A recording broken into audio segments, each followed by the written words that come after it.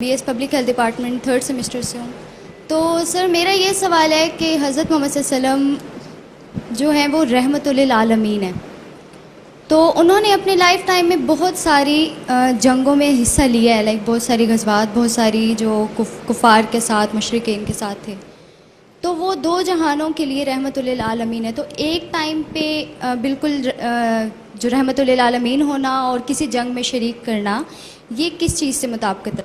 Thank you Karan. It's a very important question, اور میں تو یاسر بھائی سے یہ ریکویسٹ کروں گا کہ اس کے اوپر ایک ڈسکشن پینل ہونا چاہیے. دیکھیے، جنگ میں اور غزوہ میں پہلے فرق سمجھیے. بہت ساری سوشل میڈیا پہ اور یہ اینٹی اسلام جو سارے موومنٹس ہیں، اس کے اندر اس چیز کو ہائی لائٹ کیا جاتا ہے کہ رحمت للعالمین بھی ہیں اور ادھر قتال بھی ہے، جنگ و جدال بھی ہے. تو یاد رکھیں کہ وار اور چیز ہے، جنگ اور چیز ہے، اور جو اسلام کا کانسیپٹ ہے غزوات کا اور سریہ کا، اس کا کانسیپٹ اور ہے. اس کو پہلے سمجھیں. دیکھیں، اسلام کے اندر جو بھی جنگ لڑی گئی یہ ڈیفینسو تھی. غزوہ بدر مسلمانوں پر مسلط ہوئی، جو کفار مکہ تھے وہ یہ برداشت نہیں کرتے تھے کہ ہماری پاورز ہمارے ہاتھ سے چلی جائیں اور ہم یہ جو جہالت کے اندھیروں میں ان سے باہر نکل آئیں کہ جب ضرورت پڑتی ہے بیٹی کو زندہ درگور کر دیتے ہیں، ضرورت پڑتی ہے تو ماں کو منڈی میں بیچ دیتے ہیں، پیسوں کی ضرورت پڑی تو. وہ تو اس چیز سے نہیں نکلنا چاہتے تھے. اور رسول کریم صلی اللہ علیہ وسلم تو مدینہ ہجرت فرما گئے، اور پہلا غزوہ جو ہوا یہ جنگ انہوں نے مسلط کی. تو غزوہ اور وار میں فرق ہے، اس کے مقاصد میں فرق ہے.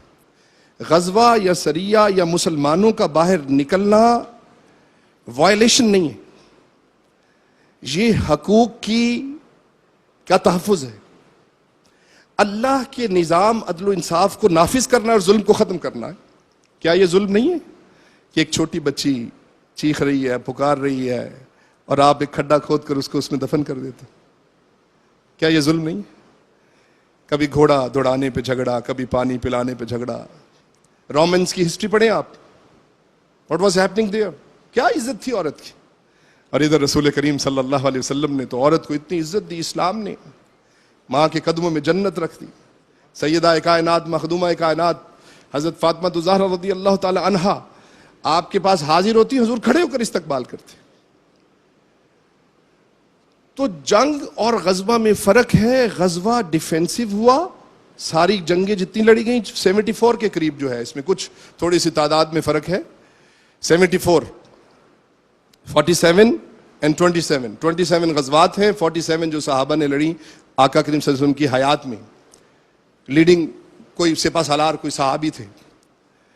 یہ ساری جنگوں کو اگر آپ دیکھیں تو یہ ڈیفینسو تھیں، اللہ کے عدل کو قائم کرنے کے لیے، ظلم کو ختم کرنے کے لیے تھا. ناٹ فار پرسنل گینز، نہ دنیا کے اوپر قبضہ کرنے کے لیے جیسے آج قبضے ہو رہے ہیں غزہ پر. تو دیٹس سم تھنگ ایلس. اس میں یہ غزوات کا کانسیپٹ ہے، اور آپ حیران ہو جائیں گے اگر آپ اس کی اسٹیٹسٹیکل ڈیٹا دیکھیں تو 74 غزوات میں سے ٹوٹل جو ڈیتھس ہوئیں وہ 1.5% ہے. اور ادھر صرف جنگ عظیم اول اور دوم کے اندر ملینز اینڈ ملینز لوگ مارے گئے. یہ جنگ عظیم اول، یہ وار ہے جس میں ناحق انسانیت مرتی ہے. اور غزوات اور جو سریہ ہوئے ان کے اندر 1.5% صرف ڈیتھس ہیں. اتنی، وہ بھی 1 to 1 فائٹ کے اوپر. اور اس میں بھی ہمارے اصول ہیں. اللہ کے حبیب صلی اللہ علیہ وسلم نے وہاں بھی جنگ میں بھی انسانیت کے لیول کو قائم رکھا. فرمایا کسی بچے کو قتل مت کرنا، جب تم غالب ہو جاؤ، فتح پا جاؤ، کسی بچے کو قتل مت کرنا، کسی عورت کی بے حرمتی مت کرنا، کسی بوڑھے کو ہاتھ مت لگانا، اور کسی عبادت گاہ کو مت گرانا، جس کی بھی عبادت گاہ ہو. کوئی تم سے لڑو، اگر لڑتے ہوئے اس کے ہاتھ سے تلوار گر جائے تو اس کو موقع دو. یار واٹ اے بیوٹیفل دین. آپ اس کو ٹیررزم کے ساتھ جوڑتے ہیں.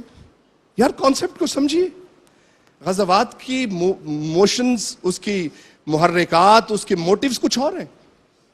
اور پھر رسول کریم صلی اللہ علیہ وسلم نے پوری کائنات میں، پوری دنیا کے اندر عدل کا نظام دیا، انصاف کا نظام دیا، ہیومن رائٹس دیے، عورتوں کو رائٹس دیے، بچوں کے رائٹس دیے، بوڑھوں کے رائٹس دیے.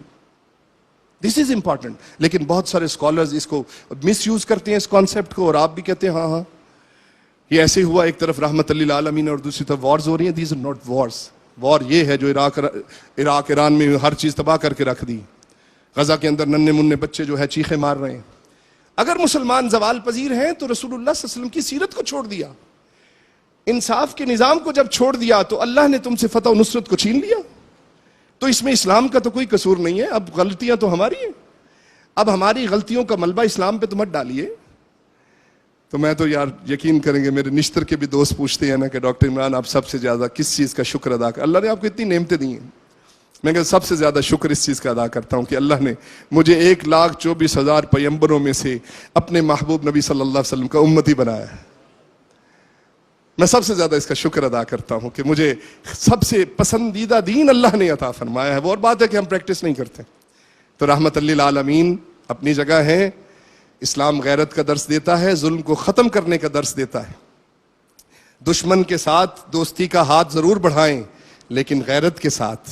جہاں حدود اللہ کو پامال کیا جائے، ناموس رسالت، ختم نبوت، یہ حدود اللہ ہے، یہ عقائد اسلام ہے، ان کو پامال کیا جائے تو پھر اسلام آپ کو دعوت دیتا ہے کہ غیرت کے ساتھ باہر نکلیں. اور اس باہر نکلنے کو غزوہ کہتے ہیں. عرب کے جوانوں کی بہادری کو جو ایکسپلین کرتے ہیں، اس کا لفظی مطلب وہ غزوات ہے. تو اس وجہ سے، اور رحمت کا پہلو دیکھیں تو وہ مکہ، بس 1 منٹ آپ کے لوں گا، مکہ ہے اور پھر اتنا بڑا قافلہ آ رہا ہے اور فتح مکہ، گریٹ وکٹری. اور آگے ایک کتیا ہے. یہ سیرت کی کتابوں میں اس کے حوالے موجود ہے. ابن حشام نے بھی اس کو لکھا ہے. میں ریفرنس کے ساتھ بات کر رہا ہوں. ایک کتیا نے، ایک چھوٹے چھوٹے بچے تھے، میرے مصطفیٰ کریم صلی اللہ علیہ وسلم کو خبر ملی. ایک صحابی کی ڈیوٹی لگا دی کہ یہاں کھڑے رہیں جب تک پورا قافلہ گزر نہ جائے، ان کو تکلیف نہیں ہونی چاہیے. دس از رحمت اللہ. وہ ایک جھلی خاتون، مینٹلی ریٹارڈڈ، جس کو آپ بھولی کہتے ہیں، بولی ہے جی، یہ بولا ہے جی، وہ جھلی خاتون رحمت عالم صلی اللہ علیہ وسلم کا منصب دیکھیے، منصب نبوت ہے کہ اللہ خود درود بھیجتا ہے، حاضری کے طریقے بھی بتاتا ہے. لا تقولوا رائنا، کیا کلام کرنا ہے، کیسے کرنا ہے، اللہ بتاتا ہے. وہ ذات ہے. اور ایک جھلی خاتون مدینہ کی گلیوں میں حضور کی قمیض کا پلو پکڑ کے لے کر پھر رہی ہے. یہ اشارے کر رہی ہے، حضور مسکرا رہے ہیں. یار منظر تو دیکھیے. اور پھر صحابہ نے عرض کیا، یا رسول اللہ صلی اللہ علیہ وسلم، یہ تو بھولی ہے، جھلی ہے، شی از ویسٹنگ یور ٹائم. اور رحمت عالم صلی اللہ علیہ وسلم نے فرمایا کہ میرے صحابہ، یہ بھی تو میری امتی ہے، یہ بھی تو اللہ کی بندی ہے، یہ بھی تو اللہ کی مخلوق ہے، میں ان کے لیے بھی رحمت ہوں. سفر طائف کو دیکھ لیجئے، کس قدر جو ہے مشکلیں اور تکالیف تھیں، اور فرشتہ بھی آ کر کہنے لگا کہ میں ان کو، اللہ کا حکم ہے کہ ان کو برباد کر دیا جائے. میرے محبوب نے ہاتھ اٹھائے کہ یا اللہ ان پر رحم کر، یہ بھی مجھے پہچانتے نہیں ہیں، ان پر رحم کر، ان کی نسلوں میں تیری عبادت کرنے والے پیدا ہوں گے. تو رحمت للعالمین کی تو کیا بات ہے. اور ہر ابتدا سے پہلے، ہر انتہا کے بعد ذات نبی بلند ہے، ذات خدا کے بعد. کائنات میں جتنے بھی لوگ ہیں احترام کے قابل، میں سب کو مانتا ہوں مگر مصطفیٰ کے بعد. بہت شکریہ جی، thank you very much Yasir بھائی. موذی سامعین، آپ نے ڈاکٹر محمد عمران محمدی سیفی کی خوبصورت گفتگو سرکار دو عالم صلی اللہ علیہ وسلم کے اخلاق حسنہ کے حوالے سے سماعت کی. اور